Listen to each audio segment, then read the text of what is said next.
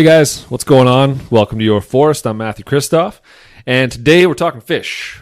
So I have a subscription to a magazine by the ACA, Alberta Conservation Association, and they recently had an article about grayling, which is a fish in kind of the foothills of Alberta. It's got a big long fin on the top, and it's a beautiful looking fish, really cool.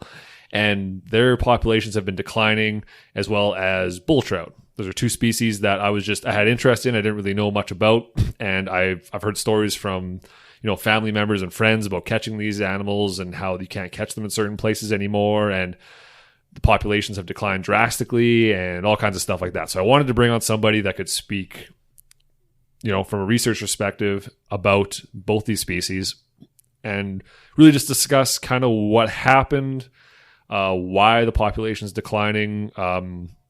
So I managed to reach out to the Alberta Conservation Association, and they hooked me up with Mike Rodtka. He is a senior fisheries biologist with the ACA, and so he does a lot of research around bull trout, and he knows some stuff about grayling and just kind of the fish species that the ACA is concerned of, right? And so he agreed to come on. We had an awesome conversation, really got into it about fishing these species and kind of when they became a species of concern or a threatened species, a lot of the factors that went into that. So why they became threatened and why they became a species of interest, and kind of some of the things that we can do to mitigate that situation and help populations maybe whether climb back or stabilize or that kind of stuff. So it was an awesome conversation. Really enjoyed it. We jumped around a lot. I wasn't really sure how to organize this one from a storytelling perspective. So I apologize if it seems like I jumped around and couldn't gather my thoughts. I guess I was having a weird day, but regardless, it was a great conversation. I think you guys are really going to like Mike. Like I said, he's from a research perspective, so he's very thoughtful in a lot of his answers, but he's also not afraid to say what he thinks. So near the end, we got into kind of the morality of some of these problems and talked about society a bunch and all kinds of weird stuff eventually. Kind of a lot of things outside of our wheelhouse, but whatever. It was interesting. So, I hope you guys like it. I really enjoyed it, and I would love to have Mike back on anytime. He's a great guy. Sponsors for this podcast are same as always. Greenlink Forestry, couldn't do this without them. Forest Resource Improvement Association of Alberta, also couldn't do this without them. And Damage Timber. Damage Timber is a apparel company supporting environmental sciences, hunting, fishing, all that kind of stuff through the sale of their clothing. They give 10% of all of that towards a scholarship that they actually have online at damagetimber.com. You can look at the scholarship application now. It's there. And and they're going to be giving that out. So if you want to support environmental sciences, hunting and fishing through the purchasing of sweet clothes, then go to damagetimber.com, put in Your Forest 10 at checkout, you can get 10% off. Awesome. My favorite hat is there. A bunch of my favorite hats are there. Actually, they're great. They got some new ones coming up here, I think this week, and then toques and hats and all kinds of stuff. Check them out. Anyways, without any further ado, we're talking fishing and fish conservation. Here we go. I want to talk about the conservation aspect of the whole thing, obviously. But I mean, obviously my main focus where I became interested in was from an angling perspective, and luckily those two go hand in hand, right? Great. So just to open things up, I'm guessing that you've caught both bull trout and grayling? Oh yeah, absolutely. Yeah. Yep. So you grow up doing that, or yeah. So or got into it late? Yeah, angling. Mm-hmm. Fishing basically my whole life, like a lot of people, we got the pictures as a kid, like a 5-year-old kid with their first brook trout off of a beaver dam, nice. Sort of thing, or taking it to bed, sleeping with it in a plastic bag, that goofy thing. Yeah. But bull trout, professionally, I would say, like my first memory of actually catching bull trout would be professionally when I first started work for the Alberta Conservation Association. Gotcha. Yeah. Okay. I've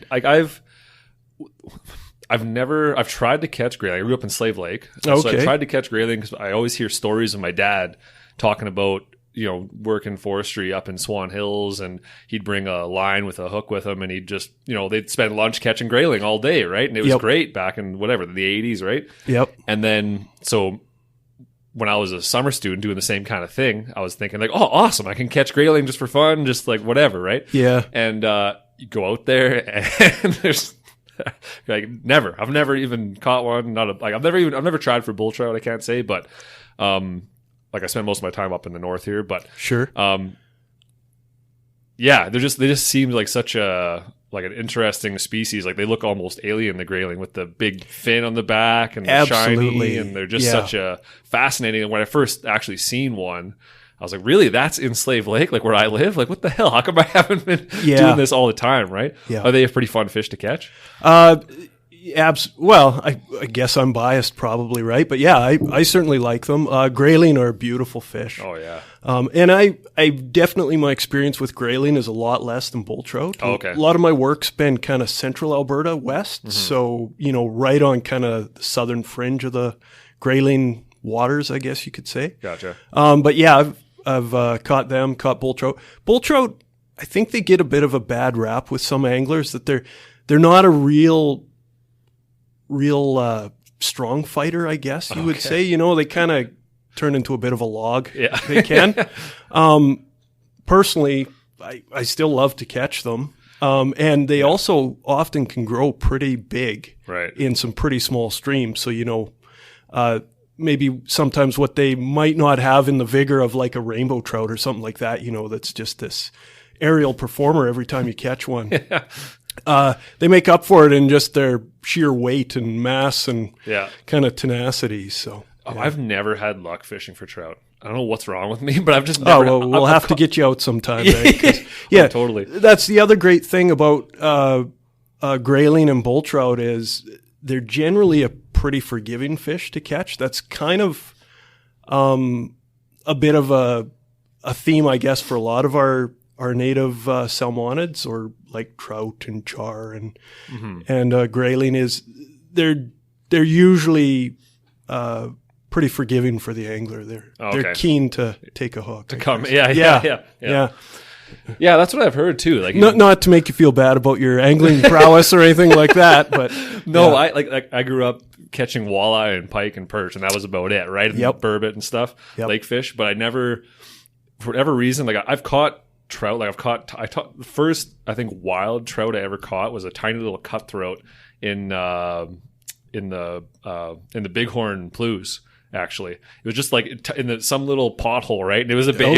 It was I don't know, 4 inches long. It was nothing, right? Sure. And I've caught a few rainbows the same size, but I think that's it. Like, I don't think I've ever caught anything of like great fight or anything like that. But I don't know. It's one of those things that I dream about, right? You fantasize about catching those kind of fish, and it's just I guess growing up here, I didn't have. I find the stocked rainbows, for example, I find they're impossible to catch. I don't know what I'm doing wrong, but some people just do it all the time. That's all they do. Yeah. I can't figure it out. Well, and you're asking the wrong guy, because my luck catching the stocked rainbows is pretty abysmal. Yeah. I think it's one of those things, you practice, you learn the tricks, that sort of thing. You do very well. The other thing is with the stocked ones, a lot of times if you can get there early before they've had a lot of pressure, angling pressure, that can help a lot too. When do those get stocked in the springtime? Generally speaking, yeah. Okay. Yeah. So there are stockings throughout kind of the open water season, but the majority of stocking occurs in the spring. Yeah. Oh, okay. Yeah. Generally, the government and ACA actually with our stocking, we try and get them out before the May long weekend. So, okay. Yeah. Gotcha. Yep. Okay. Sweet. I guess I have so many questions popping up in my head about about a bunch of other stuff too. That I have there's stock ponds in Edmonton here that I want to try and ice fish in the wintertime, right? But I know with the what do you call it? Whirling disease and stuff. You guys aren't stocking a bunch of those now, unfortunately. That kind of sucks, but what do you do? Well, yeah, it does. Although, things are looking up. So the ACA with our stocking that we do, it's about 60, 65 ponds. Most of them kind of from Edmonton south and east of the QE2. Right. So in that kind of area, we had 2 ponds that we weren't able to stock with trout last year, and it's looking like things are looking better. Oh, really? For this upcoming spring. So yeah, like Hermitage Park might get stocked. Maybe you think that that one we're still working on. Damn it, that's the one I'm talking about. I know. It's so close to home. I could just go catch. It'd be awesome. Yeah. So we'll see. Yeah. We'll see. Still working on it, but yeah. These are the kind of things you want to be. I guess the precautionary principle would apply, right? No, absolutely. Yeah, no, I don't blame them at all. For sure, it's got to be what it's got to be, right? No, absolutely. Okay, so let's get into kind of. I was thinking we start with grayling. I kind of want to talk about recorded kind of population history. I guess was kind of starting in the 50s up until now, and it sounds like they've lost something like 90% of their population density or something. Is that right? Yeah, so boy, you're throwing the hard ones at me already. So let's just start talking about grayling. Let's just talk about their habitat. Kind of, we can start there, where to find them, and maybe start talking about some of the pressures that they're experiencing. We can get into the population stuff later. Yeah, absolutely, and it's hard, but it's not hard. The bottom line is, absolutely, there are big declines in abundance and distribution for, like, we can talk grayling, but we can talk bull trout. Yeah. We could talk native cutthroat trout. We could talk Athabasca rainbow trout. A lot of the stories are the same. And why I kind of equivocate a bit on actual, it's 90% or it's 85 or 75 is because, especially when you go back to the 50s, there's just not a lot of really good information there. So it's hard, especially for a guy like me where I guess my training, my background is very quantitative, and you want to give that number plus a confidence interval. Totally. And that's very hard to do because we just don't have the information for a lot of populations. Right. And you don't know if it's in the 50s, maybe there was a weird boom in population that made it seem artificially high temporarily, or if it was, you don't know, the baseline is uncertain. So. Yeah, well, absolutely. Just the very concept of defining normal for a wild trout population can be a little tough because they tend to fluctuate quite a bit just naturally. So same as everything, right? Absolutely. Everything's cyclic that way, right? They certainly can be, yeah. So it just makes things tougher to land on a given number, although often we have to. It's nice for people to be able to picture. Yes. They hear a number like 70% and they go, "Oh, damn, that's serious. Yep. Like we need to pay serious attention," right? Yep. Whereas if they hear, "Oh, it's a lot, but we don't know," they tend to not care as much, right? So absolutely, it's the soundbite often, and also, the answer that it's complicated. That doesn't go far. Like you said, people shut off really quick about that. Yeah. So, and, the status assessments, so federally and provincially, those governments, they do roll up their sleeves and they come up with some, as best they can, estimates of declines. Right. And they are startling. Right. So it is, regardless of what baseline we use or whatever, you're confident in saying that they've significantly declined, both species. Absolutely. Yeah. Okay. Yes. So, would you say that decline is, obviously there's a bunch of factors in that, and we can talk about that. But it's because of human interaction in one way or another, I would assume, right? Or some of it, at least. Because what I've read, I'll tell you what I've read, and you tell me what's wrong and what's right. Sure.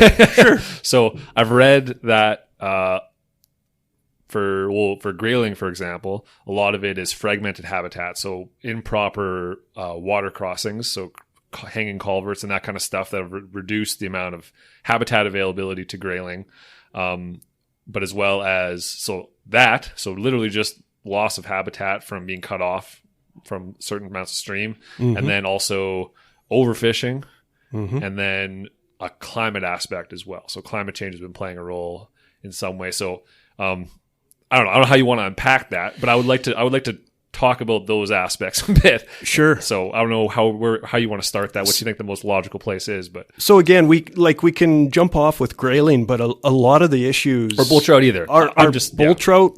Athabasca rainbows, native cuts down south. Right. A lot of the issues are the same. There are certain specifics that are at play more with one species versus another. But yeah, absolutely. So getting back to how catchphrases kind of help deliver a message to a public that's maybe has a fairly short attention span. People in my business often talk about the 4 C's when it comes to conservation of these native salmonids. So that's habitat complexity, connectedness, cold water habitat, and The last one. What's that last one? I'm and not that sure. 4th C, I wish I could help you. clean. Clean. Okay. Yeah, sorry. Gotcha. So clean being just the amount of Unpolluted. unpolluted. Yeah, Okay. so when we have things like a tailing pond spill or a pipeline break, something like that, that's What about even just increased sedimentation? I'm sure. absolutely. So it's not even really like that's included in polluted, but I think when people hear polluted, they think artificial things going into the water, where it could be just literally natural substrate being dropped into the water at a weird amount. Or Not only can be, but often is. Often Yeah. is, Yeah, actually, the press often goes more to those big kind of, high profile incidents. But yeah, it's the slow accumulation of these things through time that maybe aren't as attention grabbing, for sure. that can be very, very impactful. Yeah. So some of that. So we're talking about the pollution, sedimentation, that kind of stuff. Is most of that coming from roads or from trails or from you think most of it's coming from anthropogenic impact? Yeah, absolutely. In some way or Yep. another? Okay. Yep. Yeah. Yep. So just people being in the Yeah. landscape. Or I should, sedimentation obviously is a natural process, but in many cases, and particularly where we think it's a problem for native trout and grayling and these sorts of things, it's usually humans that are speeding up that process. For sure. Yeah. Okay. Yeah. So what kind of things so as far as, let's start with like life cycle of these things, like how's that? So I can speak in generalities because they are all members of Salmonidae, so they have a lot of similarities. Yeah. Life cycle, you'll see there's often a migratory component. Okay. So with bull trout, for example, you can have them spending a lot of their time in a large main stem river, but they have some fairly specific spawning requirements. So they can undergo these pretty big migrations, like easily 100+ kilometers. Oh, really? To these fairly small streams where they spawn. Okay. Yeah, so that's where we get to the connectedness and the importance of that, because if you cut off access to those relatively rare spawning habitats, well, you're basically saying goodbye to that population. Right. So they like to spawn in those those lower class streams, like those smaller streams. That's where more gentle, I guess. Well, often, and speaking specifically for bull trout, they're keying in on groundwater.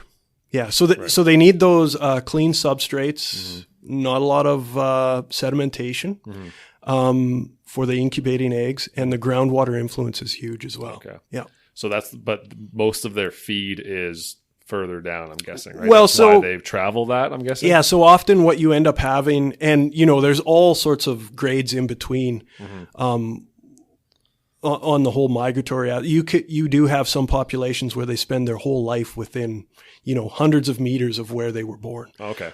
So there's all variations of this that play out. But you'll often you'll have rearing or natal streams. So these are the higher gradient headwaters type situation streams where those fish, they will be spawned in that area, and they'll also, for a certain amount of time, 2, 3, 4 years, what have you, they'll actually kind of grow in those areas as well. They'll feed often on aquatic inverts. Gotcha. So, Okay.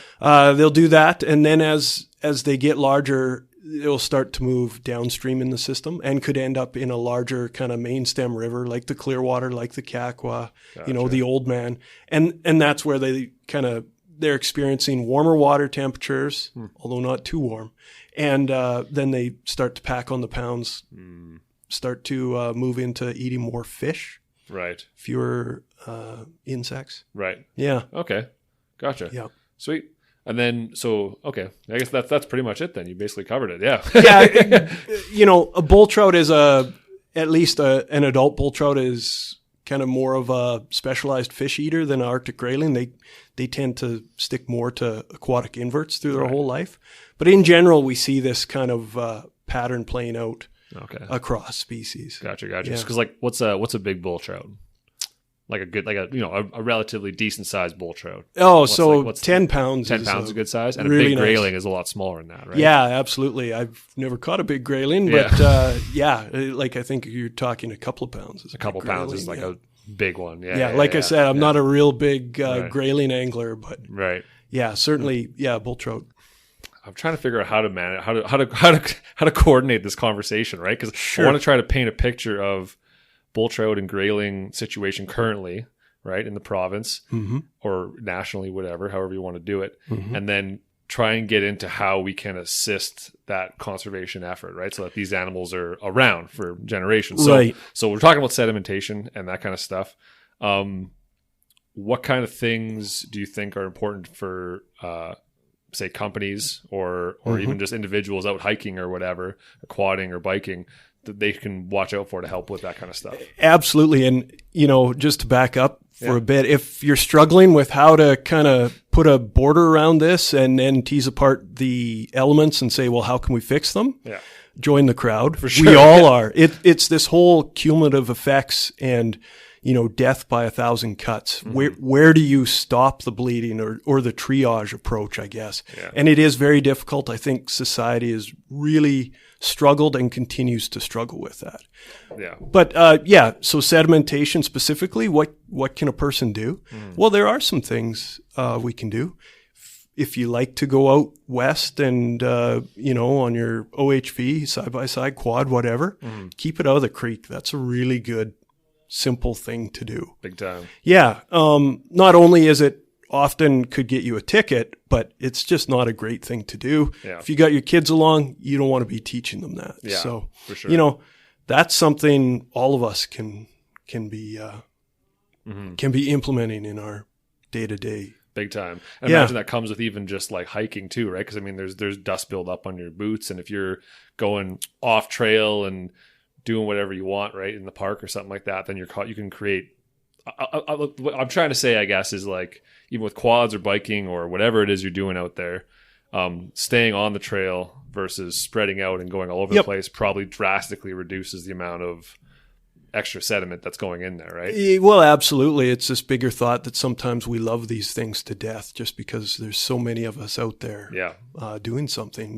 One person may have a low impact, but 1,000? Yeah. Well, and that's the argument, and I don't want to get into that actually, but that's the argument behind a lot of people are upset about the reduction in allowance of random camping down south, right? Yep. People are upset about that, and I get it. Like, you want to be able to random camp in their public land. I get it. I totally get it. But also, when you've got 2 million people right next to all of this public land, and they're all trying to random camp, you end up stomping so much and creating so much sedimentation and just creating a kind of a parking lot out there, right? And that's super detrimental. So when the government says they want to create designated camping spots, I'm not against that either. I don't know where I sit on that one, but it's that kind of thinking that like it's better to concentrate these kind of disturbances as opposed to having them spread out all over. I would think. I don't know that, but that's what that's kind of where my mind rationalizes it anyways. But yeah, and I don't particularly know what's best either. Certainly, at the very least, we could find a balance, I would like to think. Yeah. Doing everything everywhere all the time isn't working out very well. Right. For sure. Yeah. No, I couldn't agree more. Like, I mean, random camping as an example. If you're random camping with your tent, you're probably not going to have that big of a problem. Like, that's probably okay. Yeah. But if you're random camping with your 40-foot fifth wheel and your 1-ton truck and everything else, and all your buddies are coming too, that's going to have a drastically different impact on the environment, right? So it's just I agree. It's just, but it's that kind of mentality, I guess, that, like, this is public land, I can do what I want. It's yes. Like, we need to think about the conservation of this kind of stuff so that it's Yeah, absolutely. And, another area where this really gets quite heated and has in the South and will elsewhere is when you talk about trail closures. Oh, big time. That's tough. Yeah. In some cases, absolutely, that trail closure or the trail as it exists now is probably having a negative impact on native fishery. Yeah. But I like to get out there. I like to take these trails, I can also see how people don't want to lose that opportunity. So, for sure. It's tough. Well, that's how you build those values too, right? How do you build environmental or nature or wildlife values without experiencing them, right? So I'm totally for people on the landscape, but we have to, as a populace, we need to be smarter about it. It seems like. And we've got some growing pains probably at the moment here, So probably always will. Well, if anyone has this all figured out and is, nobody is upset with it, well, let us know. Speak up. I think we'd all like to know how you did that. So, but sedimentation, potentially huge. Individuals can have an impact. We're very busy on the landscape out there. Industry as well. We all have a role to play in this. Best management practices for forestry. That's something I've seen personally that can make a huge difference. Absolutely. So, and I talk to foresters. They get it. They're working on these things as well. And we all need to. So. Oh, for sure. I remember working, one of my first jobs in forestry was working for a company, and I was doing exactly that, stream crossing checks, basically. Just going around making sure that these culverts are appropriately, or the bridges are appropriately, nothing needs to be fixed or changed, right? Yep. And although a lot of them were good to go, they were well done, a lot of them over time, it's not like they're improperly put in the ground or improperly installed originally, but if they've been there for 10 or 15 years, water ultimately wins. Like it takes over, right? So you end up getting hanging culverts and all kinds of stuff, and they just need to be assessed and changed. But those are the type of things I don't think any organization or company in the world is purposefully creating hanging culverts or anything like that. But it's a responsibility to make sure keep upkeep on those crossings and make sure that those are, for everybody, right? So absolutely, there's a cost to pay if you don't. Yep. Yeah, for sure. Yeah, and even the thought of like with industrial development, maybe the industry is doing all they can, but if you're opening up a new area to people, you have those issues as well. Totally. Yeah. So, there's this constant debate or discussion on, well, where is that balance? Access control, that's huge. That's a big discussion for Alberta. Right. But these are, so both bull trout, and I'm still trying to wrestle with this in my head of how to make sense of this conversation, because there's so many angles, right? Sure. Yeah. But so both bull trout and grayling, they're both you're saying a cold water species? Yep. So that's why. So, and sedimentation, my understanding is that the more sedimentation you have, it somehow manages to increase temperature in the water as well. Something? Well, am I misremembering that? No, not necessarily. These things are all linked. Right. Often sedimentation will come with some disturbance to the riparian area. So that shade. That ribbon along the stream, so you could see how that could go hand in hand. Gotcha. The biggest issue, or often what people like me kind of focus in on for sedimentation, is bull trout Arctic grayling, our native cuts, Athabasca rainbows, they're all depositing their eggs in ideally a fairly open substrate that allows a lot of water flow through. So, large gravel, small cobble, these sorts of things. Okay. If they don't do it in a stagnant piece of water in the river. They do it actually with water flow going over. Generally there is often in areas of groundwater upwelling. Oh, yeah. Okay. So the whole idea is those eggs need to incubate, and if you get too much sediment, that'll impede the flow of water across those eggs, and often you could actually just suffocate. Okay. Yeah. Okay. So that's kind of one of the main drivers, I guess, of potential impacts is the sedimentation. Oh, okay. So actually just affecting the eggs next aren't generation from coming up. Yeah. Okay. So not okay. Because I've heard the overfishing thing, and I was curious to hear that a few articles said that was the main problem. Where I always had this in my mind for whatever reason, that I thought the main problem was anthropogenic impact on actual water quality from sedimentation or actually cutting off of the streams or whatever, right? So I wasn't sure how that all worked out, but so that's okay. That's interesting. Yeah. So I talked about the 4 C's. I always tack on a 5th C, which is conservation, and the whole overfishing aspect, certainly less so now than in the past because these species are catch and release.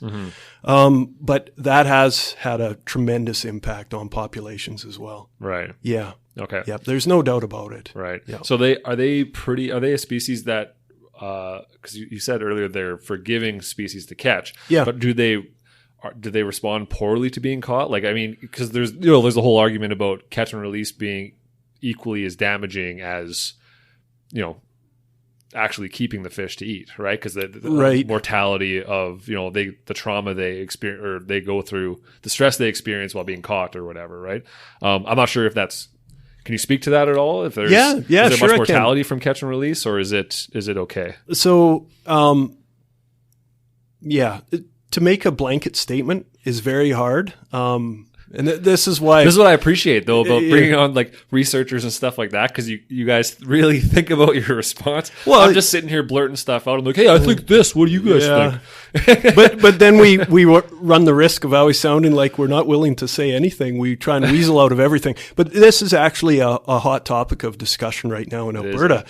We have had closures of watersheds in the past to angling. Again, because there's a concern about catch and release mortality. And there have been others proposed for the future. So this is very topical. And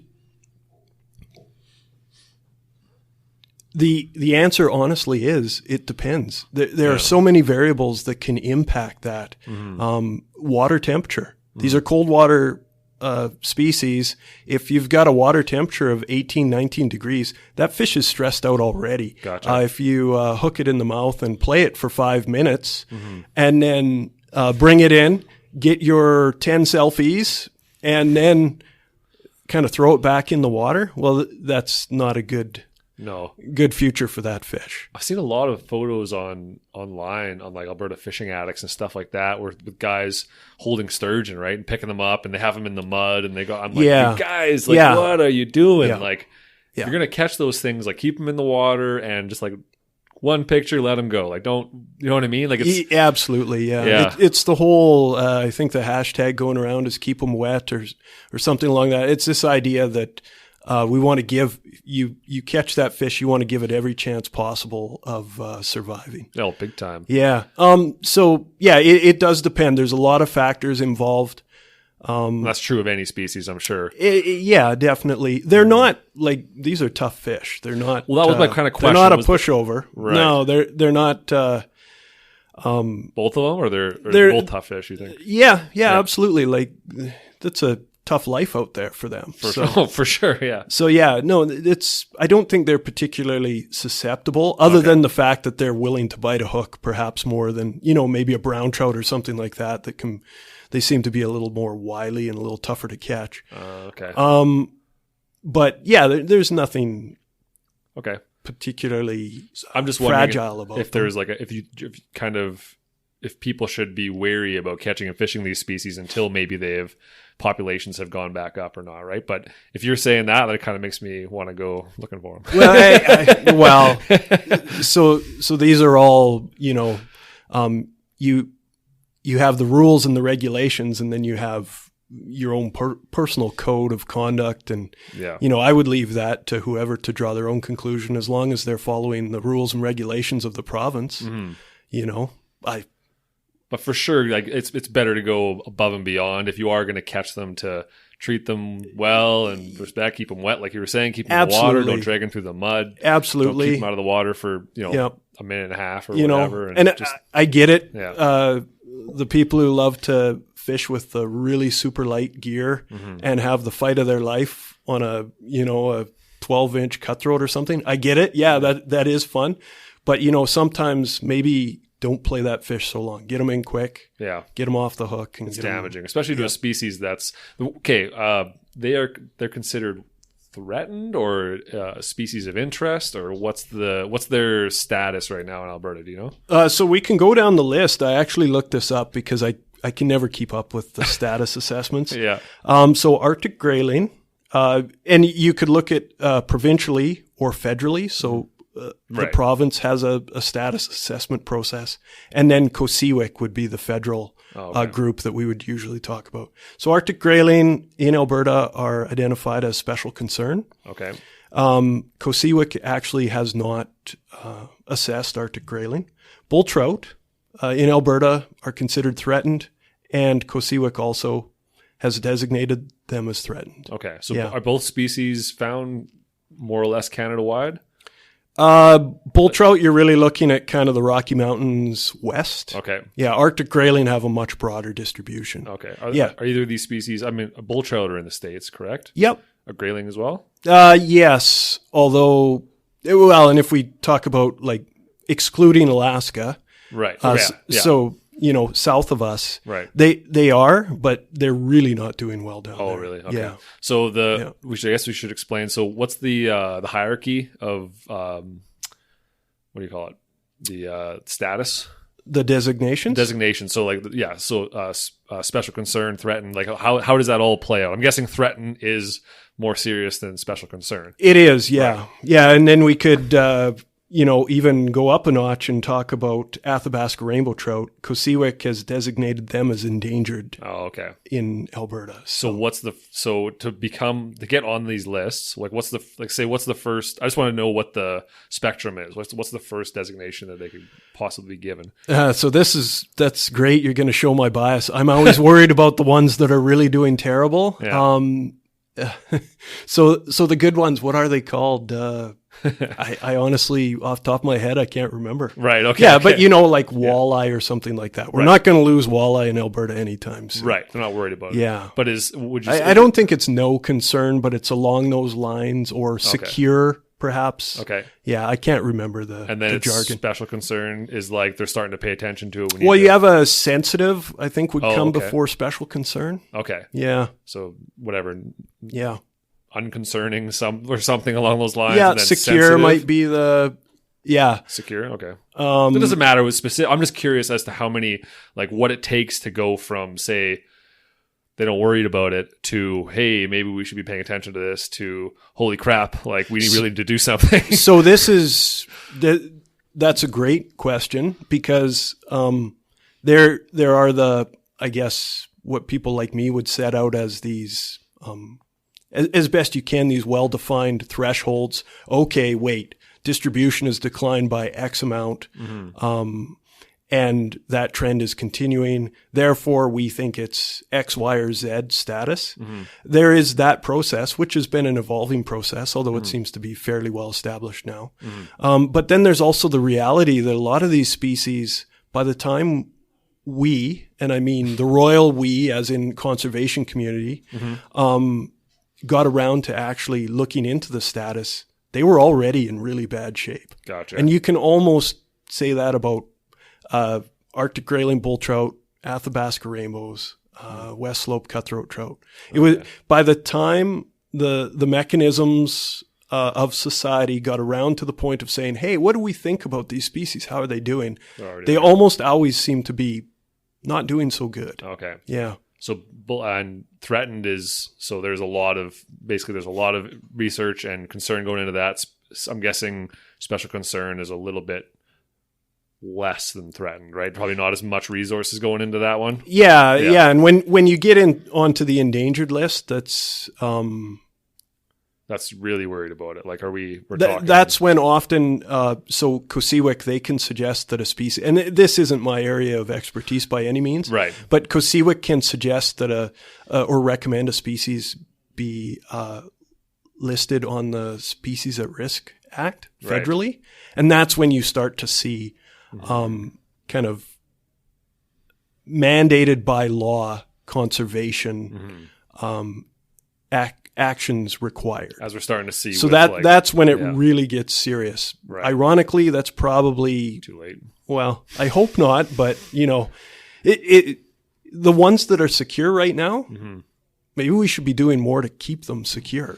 I've thought about that often as well. Like, I mean, you see, for example, one lake that I've always fished my entire life is Uticuma Lake, north of Slave Lake. It's a large lake, large water body. Always, you catch burbot, walleye, pike. I don't remember if we were catching whitefish or not, but anyways, always great fishing. You go there. I mean, I had about 4 or 5 years ago, I went there and I was sitting on the edge of the water, about maybe 6 feet of water. So 3 feet of ice and 3 feet of water. And we're pulling 5-6 pound walleyes out every cast, right? Every time we drop it down the hole, we're pulling them out. Yeah. But then now, this year, it's all catch and release. Right. And you go, okay. And I realized that the whole fisheries is underfunded and they can't do proper population studies, and that's a huge problem as it is, right? Right. But I agree though, like what you're saying about, for example, walleye in Slave Lake or something, right? It's a huge lake, lots of walleye, but every so often we see the regulations get more strict on what we should do. Yes. Right. Yep. And it makes me wonder, like, okay, what's happening there? That this is like, why can't we keep this population up at a point where it's whatever? But there's so much there. You're right. It's unfortunate that it takes something to be threatened or in a serious, concerning position for us to pay attention to it. You know what I mean? It's yeah. And one thing that I always kind of marvel at, and I think, like, you obviously you like to hunt and fish. I do as well. So we're biased, but I think a lot of general public who doesn't hunt or fish doesn't get the conservation angle of the activity. Absolutely not. And, no. Like a great example I can think of, although, I'm taking this from what I've read, I wasn't really plugged into the zeitgeist at the time, but bull trout. So they were made catch and release in 1995. I was just out of high school, so I wasn't thinking much about conservation at that time. But it's my understanding that a lot of the reason why they went to catch and release is because the angling community said, we're worried about this. We're not catching bull trout where we used to catch bull trout. Right. Something needs to change. So, these things aren't mutually exclusive. No. Even, well-managed harvest, not necessarily a bad thing. And not guaranteed to drive a population out of existence by any stretch of the imagination. Right. It's just, where do you draw those lines? And how accepting is society of what you're proposing, I guess. Yeah. Yeah. I say this all the time, right? It seems like the problem with this situation is educating the public. And it's just like, that's the infinite problem for every situation that's ever existed. You're exactly right. And you have to be careful that sometimes educating somebody isn't just code for, no, you need to think the way I think, right? No, and that's just it, right? Yeah, absolutely. Yeah. It's Yeah, I say that all the time. I say it too much, probably. Yeah, well, there's some truth to it, though. Yeah, for sure. But they're an interesting species. Both these species that they're like I would be fascinated to actually get the opportunity to catch one of these things, right? But yeah, I don't know, how do you begin to bring back these populations? Like there's just so much going on. It's only so many more people going into the bush and wanting to, whether it's catch them or camp in an area, or all these things play a role. But yeah. So, it's a big problem, but I don't think it's necessarily an insurmountable problem. And you can look at what's already been done. So you have things like catch and release for bull trout. That was 1995. That's going back a ways now. Yeah.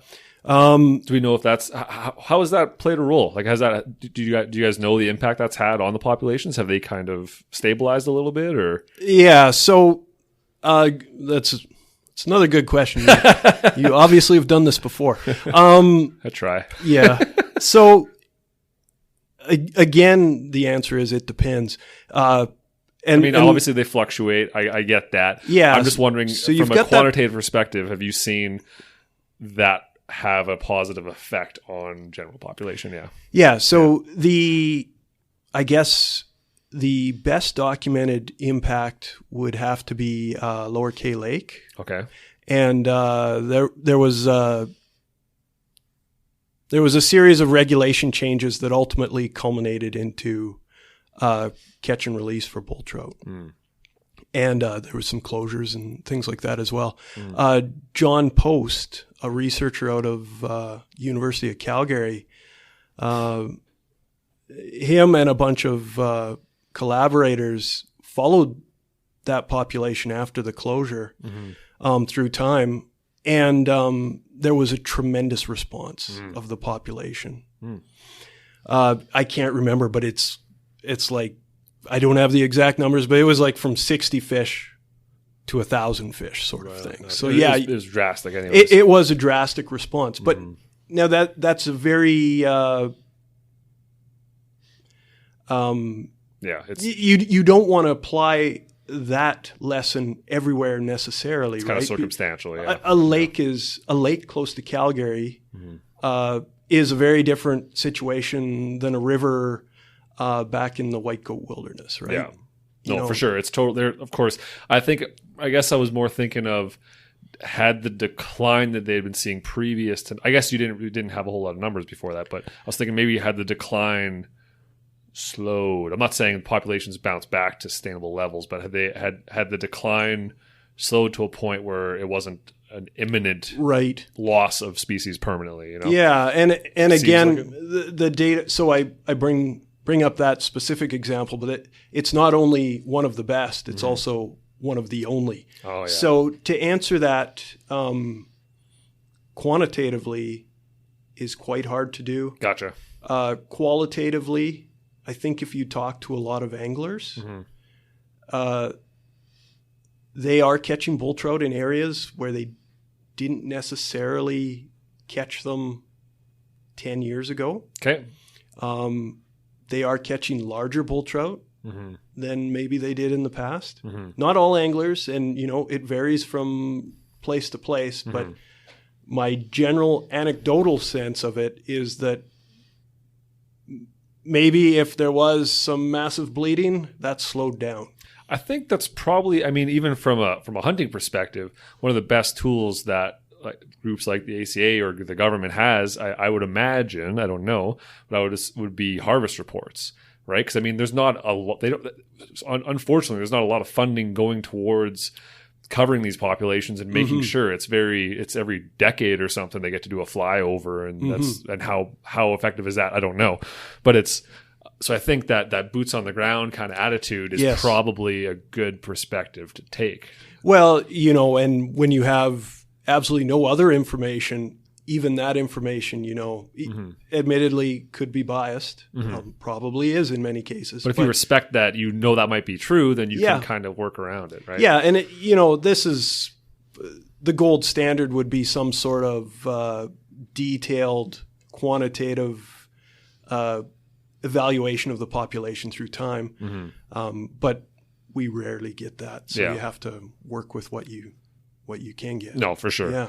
So I've had this thought about walleye, and I wonder if it's true. So do you think that if there was a change, for example, let's say actually it doesn't matter what species, but the size limit to catch a fish, right? So say walleye in most lakes is 43 centimeters, right? So 17 inches.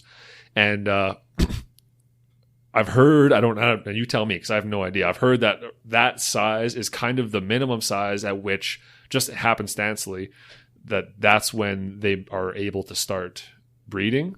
Right. So it would seem that you're kind of, by removing those fish, you might be removing a giant portion of the new breeding population that would be contributing a large amount of new fish to the population. So I wonder if there's some messing around you can do with those size limits. Like, for example, Ontario has the like 2 under, 1 over, right? They have the slot sizes, right? Yep. And I wonder if the slot size, so basically if that kind of management system would allow for those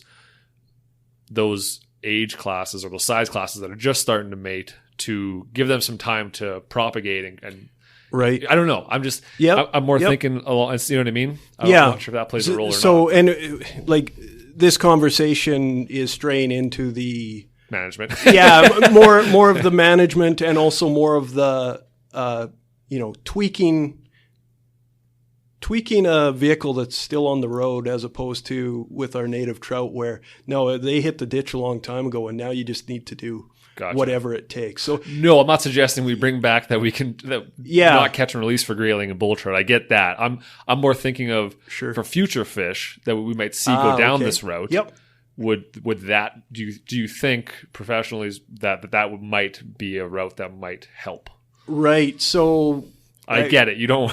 Yeah. With walleye, they're definitely, most of my time is spent up in the rock. So I'm not really up on my walleye management principles. I do have a general understanding, though, that when you look at those size limits, they're generally put in place, and also for non-native trout where there's still a harvest in Alberta, which that is the case in some systems. They're generally put in place so that those fish have a minimum number of spawning events before they're harvested from the population. Oh, okay, good. That's what I was wondering. Because I heard, like, and again, you're not a walleye guy, but I heard that to get to 43 centimeters, that's generally like a 5 to 7 year old fish. That doesn't sound crazy to me. Yeah. Right. Our populations are fairly slow growing in the province. They are, eh? Yeah. So, like, what does it take to get, for whatever, like a bull trout? Like, how is it kind of the same for them? Like, to get to roughly a pound and a half, it takes 5 or 7 years to get that big? It's going to vary from system to system, what kind of feed they have, what kind of general water temperatures they experience. But they're a long-living species still, right? They certainly can be. Yeah. And to get to mature, like a bull trout is a fairly slowly maturing fish. You could have it could be 5-6 years to get a mature fish. Gotcha. Yeah. Right. Yeah. So it takes a while. It can, yeah. And again, that speaks to the need for conservation. Yeah. Absolutely. Yeah. Is there, as far as catching them, do people find that they catch like all ranges of maturity levels, all of sizes, or is there tend to be a place at which they tend to catch more of, like, more bigger ones or more smaller ones? Or right? I mean, that could be a function of actual, the number of sizes. Like, there's going to be way more small sized fish and there's going to be big sized fish. So yeah, but I'm just curious if they're picky that way. Maybe they're picky when they're young and not when they're older or something. But right, has nothing to do with management. But I'm just curious. No, sure. I like to talk fishing too. Yeah. I've never really, in particular, heard anything. In general, fishing, angling is a fairly biased capture technique, biased towards catching the bigger fish. Yeah, of course, yeah. So, everything you discuss when you're talking about comparing a population by angling catch, you have to be a little careful with that because you very well may be targeting, and I know people do this, right? Targeting the big fish. So, yeah, that's something to be aware of. Yeah, there's an ego thing there, right? Oh, I definitely want to catch the big fish, right? Like, I take home, when I'm ice fishing, I take home the first, fish I see. If it's a limit of 2, I'll take the first one, and then the second one I might try and play with the sizes a bit, right? But it's, but I mean, I don't know. That's just fun. No, absolutely. And we shouldn't lose sight of that fun. Sometimes I think, and I think my profession is maybe most guilty of this, but sometimes it's a tired analogy, but we lose sight of the forest for the trees. We're so worried about how bad things perhaps are or could be that we forget about the fun side of all of this, right? And I know personally, when someone is trying to get me to do something, make it fun. Yeah. And then I might do it. Oh, for sure. Make it a chore. Yeah. And I'm going to do everything I can to find reasons not to agree with you. Yeah, I'm on board with that. So I absolutely am all about conservation, and I recognize that in some cases, and I'm speaking personally here, obviously, in some cases that may mean we need to stop activities on the landscape. Yeah. But also, let's make sure that we are very careful not to make things so miserable out there for people that they all just stop caring. Well, that's kind of the big question, right? Like you want conservation. You want to make sure that these values are maintained over time for future generations, but you also need to make sure that those values exist in future generations. Yeah. In order to do that, you need to have those experiences of whether it's catching a fish or out hunting or whatever it is you're doing. Yeah, you need to build those values somehow, or even being out quadding or hiking or whatever it is you're doing, however you're recreating in nature. If you make it so people can't do that, they're going to stop giving a shit, and that's the opposite of what we want, right? No, exactly right. And that's why our managers, they have that job, and that's got to be really hard. You're just balancing that knife edge, right? Yeah, it's just we need to reduce the amount of people on the landscape, or reduce the impact of people on the landscape, but also increase the number of people that are interested in the landscape. And it's like how those are they're almost opposite, right? Yeah. So trying to toe that line is next to impossible. Yeah, and I'm just thinking now I should probably. In the spirit of full disclosure, I should say, I do work, Alberta Conservation Association. Yeah. We're funded by the hunters and anglers of Alberta. So obviously, having a vibrant community of outdoors people, that's kind of job security for me. So I've got my own bias there as well, right? But also that's where, like you're saying, that's if it wasn't for the ACA, a lot of these species probably wouldn't exist already. Right? Well, I don't know that ACA could take credit for that, but certainly our stakeholders are a big player in conservation in the province. So, well, someone needs to stand up for these resources and make sure that they're represented in the scheme of things, right? And ACA does that. So you're not going to get somebody who lives in downtown Edmonton to donate $200 a year to habitat restoration for some random species they've never seen in their life, but you will get the hunter or the angler to pay that often, yeah, or right? Through tags or through what taxes or whatever they'll pay. They'll go, that's totally worth it for them. Yep. But Joe Schmo downtown doesn't care. So right, so it's or maybe they care, but. That only takes you so far necessarily, right? Right. They care in the sense that morally they want these animals to exist, but they have no actual they have no real experience with that. So it's hard for them to put a weight on that value. The linkage is rarely immediate, right? Mm-hmm. So if something's happening to somebody's stream, their favorite fishing stream, and things are getting worse for the fish population in that stream, anglers will let you know. Oh, very loudly. Yeah. Yes. And repeatedly. Hunters, right? And that's probably a good thing, right? Yeah. Like you said, there's not a lot of biologists out there. You can't be everywhere all the time. So it's unfortunate how little, when you look at the grand scheme of how the environment affects our lives and runs our life, how little funding is going into paying attention to this kind of stuff from like a governmental perspective and stuff. I mean, there's lots of people doing it, but when you compare it to, say, like people making sure that the economy is good, it's not really relative, right? Like it's it's unfortunate that these values go undervalued. I would argue, right? I would too, but I'm so in the thick of it. I don't even know if I can. Yeah. I'm so biased. Yeah. One interesting one, like as far as paying for these types of things, was like I'm sure you're aware, like in the States they have I can't remember what the name of it is, but it's basically a tax on like hunting and fishing apparel, and all of that goes directly back into funding, right? I don't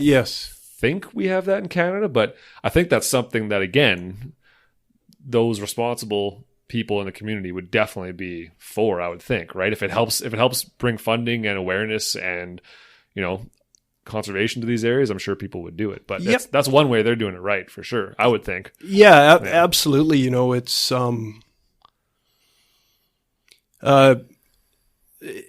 something I've thought about in the past. You want to be careful though that you don't too often go to the public with hat in hand saying, "Well, we need your help. We need your help." It's some of this stuff plays out on a societal level, right? For sure. If society is saying we don't really care, I hate that message, but sometimes. Yeah, that's the message. Yeah, and I'm not saying necessarily that I get that message a lot, but occasionally, you do see that. That's again why I think it's so great that we have people who like to hunt and fish, because they do care, and it is in their best interests for these species to succeed and flourish. Yeah, no, for sure. Yeah. Yeah, and directly, right? Like it's what I think about constantly is just making sure that this thing perpetuates. Yes. Yeah. Yeah, including grayling and bull trout, right? Yeah. So absolutely. Yeah. Yeah. So are you, this is a very broad statement. I hate being this guy. Are you optimistic about the future of species at risk like this? Right. Yeah. Or is it kind of, are you kind of in the weeds with this one, do you think? Well, so I think for the kind of work I do, conservation work, biologist, if you lose the optimism, it's really tough to do the job. Oh, for sure. Because there's a lot of bad news stories out there. And it's easy to focus on those bad news stories. But overall, I do try and maintain my optimism. Hopefully it's not a false optimism. For species like grayling and bull trout, where they have a relatively wide distribution in the province, there's just there's the sheer numbers game and the square kilometers that they inhabit. There will be areas, I'm reasonably confident, in at least the foreseeable short term, there will be areas where those fish will just survive almost regardless of what we do. Right. Do I think that's optimal? No, obviously. That'd be terrible. Species like a Athabasca rainbow, so that's just really stuck up in the headwaters of the Athabasca. Okay. Or native cutthroat down south, so Bow River, Upper Oldman, those areas. They kind of started off beat because they have very small distributions to begin with. So they just don't have that buffering capacity. And I find it harder to be optimistic about those situations. Gotcha. Yeah. Well, that's fair. Yeah. The Athabasca rainbow, I've never really, I don't know anything about them. So is that a different species than... Yeah, so good question. And again, Athabasca rainbows, I've actually never worked on them directly. Yeah. And that whole species thing can be a moving target depending upon how you want to define it, that sort of thing. But certainly they have been identified as an entity that needs protection in Alberta. They're unique in one way. Yeah, so that to my mind, and I apologize, I should know this, but I don't know if they had landed on it's a true a separate species or a subspecies. I'm actually not aware of that. Right. But the very fact that they've designated it in Alberta tells me there's enough different there that we need to consider that thing as its own unique entity and important for conservation. Kind of like the whole brown bear, grizzly bear, Kodiak bear situation, right? They're interchangeable but different based on habitat and other things. Yeah. Well, that absolutely. And as we learn more about the genetics and get more and more precise with how we could define a species, they're a bit of a moving target. Yeah, for sure. Yeah, no, it's there's so many of these questions regarding like species at risk or species of special concern in this day and age. And I wonder if it's something that's part of the natural succession of nature, or if we really all the signs point to, human caused climate change having an impact, human caused anthropogenic disturbance having an impact, sport fishing having an impact. Yes. And but a lot of the naysayers will come out and go, oh, well, it's the climate change thing. Well, the climate has a natural occurring cycle and it warms and goes down and warms and goes down. And that's just nature. We can't possibly affect it. Right. Right. And I wonder how much of that is out there in the conservation world. I don't think there's a lot. It doesn't seem like it, maybe to the uninitiated, but I don't even know what I'm talking about right now. I'm rambling. Yeah. No, well, maybe more broadly, it's this thought, well, it's nature taking its course. Perhaps, sometimes I hear that. Or in the angling community, I don't know specifically how strong the sentiment is now, but I know certainly historically, bull trout were seen as a bit of a pest. Oh, really? Yeah, and so if you could get rid of the bull trout and get a good species, and I'm doing the air quotes, right, like a brown trout or a brook trout, all the better. Huh. Why are they seen as a pest? They're just too easy to catch? People were annoyed, or? Yeah, didn't have not good meat. The cachet at the time that a old world species like a brown trout might have had, where, a true test of an angler's mettle would be a brown trout as opposed to this very aggressively feeding bull trout, Okay. It may just have been, and I don't know, obviously, but I've certainly, people have looked at this. It may have just been a fact that something novel and new is a little more exciting than something that's always been there. Gotcha. Yeah. No, I don't think bull trout are native, right? Yeah. They are native. Absolutely. Okay. Yeah. Yeah. I don't think that sentiment really persists anymore. I think people, their appreciation for our native species has grown tremendously. But there is still, like the Bow River, certainly in Calgary, that was at one time bull trout water. I don't think anybody would argue that we should flip that fishery back to a bull trout fishery now. Really? It's probably not even possible to do that. Right. But even if it was, people love to catch those rainbows. Interesting. So that's a whole nother dimension to this is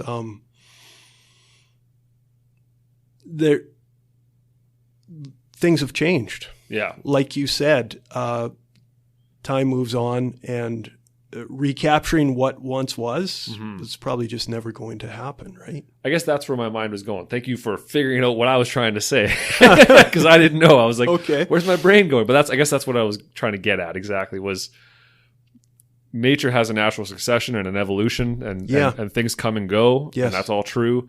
And I wonder if, and some people may argue that like we're part of nature, right? And therefore we have an impact, and that's true. And maybe it's that animal's time, right? Maybe they're poorly adapted. They might not survive on their own. They might always require our assistance to survive, right? At which point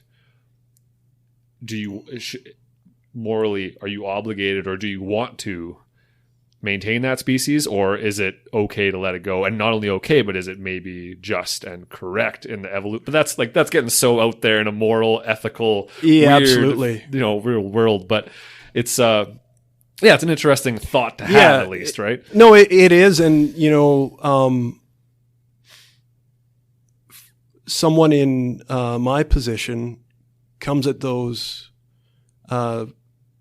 questions, big questions.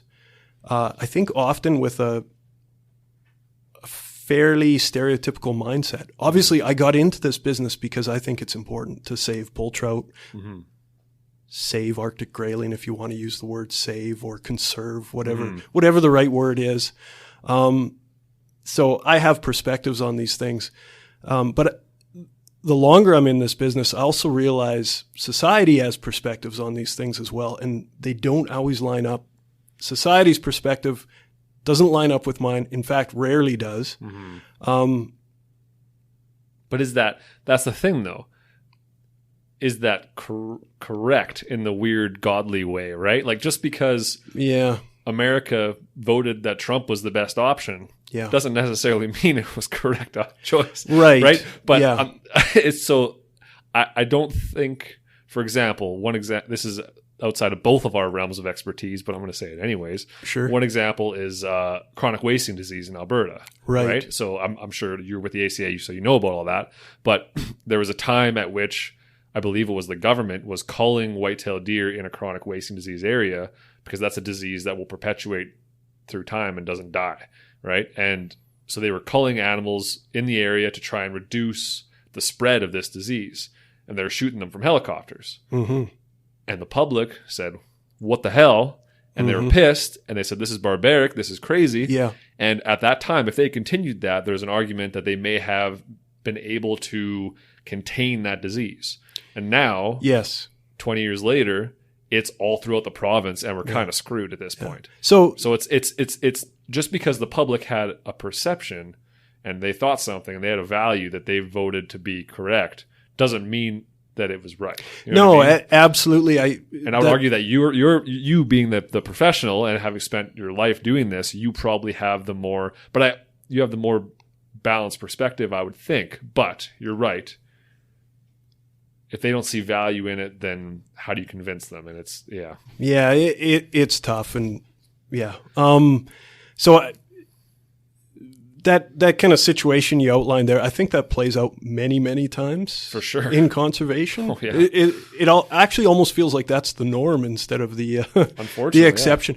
For myself personally, how I sleep at nights is.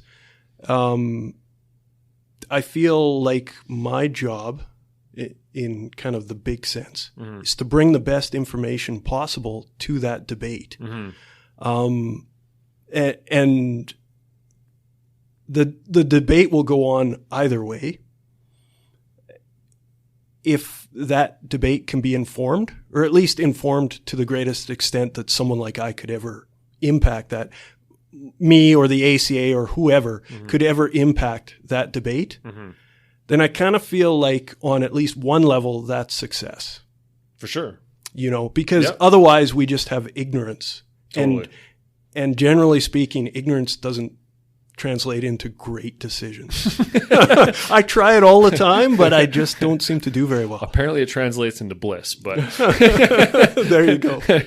Not necessarily fulfillment or anything of that nature. But. So I know for myself and my colleagues, that's often kind of what we aim for. Like any given study, any research that we're doing, is it going to change the world? Probably not. Actually, most likely not. But is it the best information possible given the resources, the tools we have? And are you making sure that it's available to the people who need it? Yeah. No, exactly. If that information's out there, then you never know when someone might take an interest and decide that they want to. Someone influential might take this up as their cause, right? Like I agree completely. It has to be done. And there's plenty of people that agree with our perspective that are invested in it, right? But there's also a vast majority of people that aren't even remotely interested in it, right? And it's unfortunate, but that's the way society works. That's a whole But it's unfortunately, I don't foresee in the future any politicians committing political suicide for any cause such as this, right? Well, yeah, and that's the whole realm of politics. And again, when you get to our provincial managers who really are operating in the interface between the science and the management, like that's got to be an incredibly hard job. I can't even imagine, right? Like you look at, I've often argued that, a political system, we should base our political system off of the best available science, right? That should be the baseline where we begin. And from there you add in, and that's not just science from environmental, I mean, the socioeconomic and everything, right? But unfortunately, that's theoretically what we do, right? But it's not, right? Most of it is just politics, it seems to me, is based off of emotion and, you know what I mean? Who can sing the loudest type thing, right? Unfortunately, but I don't see that changing. That's just the nature of the beast. You can bang your head against that, or kind of accept it and do the best you can. I suppose, right? For sure. Yeah. So we're over an hour here already. Okay. I'm thinking. So, what are some ways if people are interested in contributing into like grayling or any of the species, that you guys are species of concern that you guys are paying attention to in the ACA? We'll say grayling and bull trout for now. Sure. How would they go about maybe educating themselves around how they can contribute somehow, or maybe, just begin thinking about this issue as something they can actually affect, because they can, right? Yep. Okay. So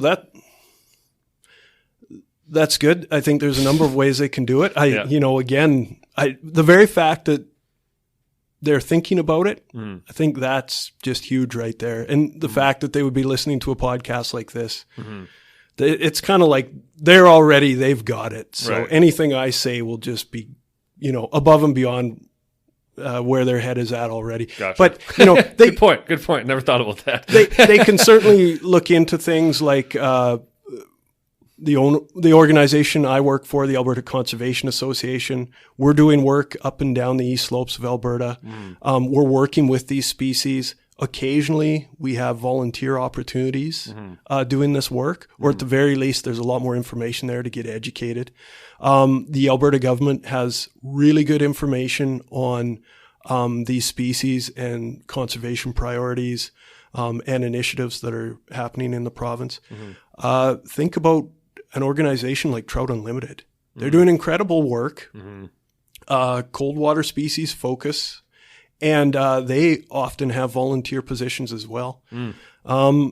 Talking to friends and family about these issues too, I think that's huge. Well, even just letting people know, right? Like when you're out in the national park or public land or whatever, just stay to the designated trails. It just makes a hell of a difference. Yep. Yeah. Yep. You don't have to be that guy who's tromping his quad up and down the river because it's fun, quote unquote, or whatever, right? Yeah, or like the one that just drives me crazy is people who wash their quads in a stream. It's just, no, that's just not. Yeah, you're bringing all kinds of stuff from, and who knows what, right? Yeah. Ugh.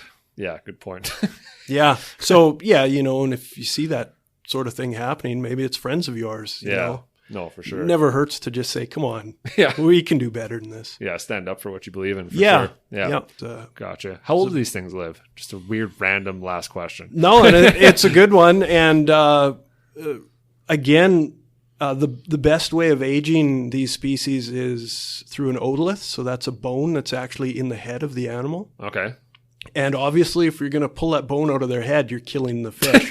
So that's a roundabout way to say is we don't have a whole bunch of really good information on age, especially of bull trout. But yeah, like a 10, 12, 14-year-old fish, I've encountered fish that age before. Oh, okay. Yeah. Because you hear stories of people talking about like, those 10-pound or 10 to 20-pound pike being 30, 40 years old, right? And I was wondering if that was... So like in my mind, or even like sturgeon, right? Like you get the sturgeon here, lake sturgeon here that are 80 years old. Yeah, that would be the extreme example, definitely. Yeah. So they probably don't live like that long, I'm assuming. Yeah, maximum lifespan, I couldn't say, but it's relatively long. Right. They're not even maturing until often they're 3, 4, 5 years old. Right. So you're probably talking maybe 30 years at an absolute max or something. Who knows? It certainly could be. It's a long time anyways. Yeah, absolutely. And the other thing is do they get the opportunity to actually realize that maximum lifespan? It's a hard world out there for them. So. Oh, for sure. Yeah. I often say to people who are anti-hunting or whatever, right? But they eat meat, right? I'm like, listen, guys, like this is an animal. Me shooting it and killing it is probably the most, like the easiest and most like, what's the word? Mortal, or I guess less painful death that I could possibly have. The other option is starving to death, freezing to death, or being eaten alive. Yeah. And it's like dying after 15 seconds of being shot is pretty moral after if you think about those three options, right? Like, yep. But you know, that's nature. Yeah, absolutely. And when you work and play in nature, you kind of get a sense of that. Yeah. But if you're spending all your time, you know, on the iPad or downtown Edmonton, it's harder to really wrap your head around that. Oh, big time. Yeah. That's a whole other conversation. Yeah, it is, isn't it? We've gone all over the map here. But, Any kind of final thoughts to wrap things up? Just thanks to you for showing an interest in this. I think this conservation of our native species, native salmonids, this is a real test for Alberta. Mm-hmm. You know, these are the kind of things where you could really start to ask the question, well, are my kids going to have an opportunity to fish for these species? Or will they be reflecting back on the days when Dad and Grandpa went out to fish for bull trout? You know? No, I agree. I couldn't agree. I agree completely. Even in my lifetime, I feel like I've seen a reduction in population numbers of all species that I can think of, right? From like white-tailed deer to walleye. It seems like it's gone down. Whether that's true or not, I have no idea. It's very up and down. Right? Yeah, who knows, right? It could just be my own circumstance, but yeah, it is something that I definitely wrestle with myself for sure, right? Are we living in the good old days right now? Yeah. Or what, right? Yep. So for sure it's a concern, and hopefully not, but I agree. I have optimism. I think that strangely enough, as shitty as the internet can be, I think it's opened up a lot of good communication and connected a lot of people and made them interested in these types of in all kinds of different subjects that they otherwise would never have been exposed to, right? So I think ultimately it's probably a good thing for these types of causes. I mean, that's just my opinion, but yeah, I hope you're right. Yeah, I hope you're right. That's a big one, but no, I absolutely. If we're not talking, that's not good. No, exactly. We've got to start somewhere. So yep, awesome. This is perfect. Okay, thanks a lot for coming on, man. Yeah, sure. No, that was fun.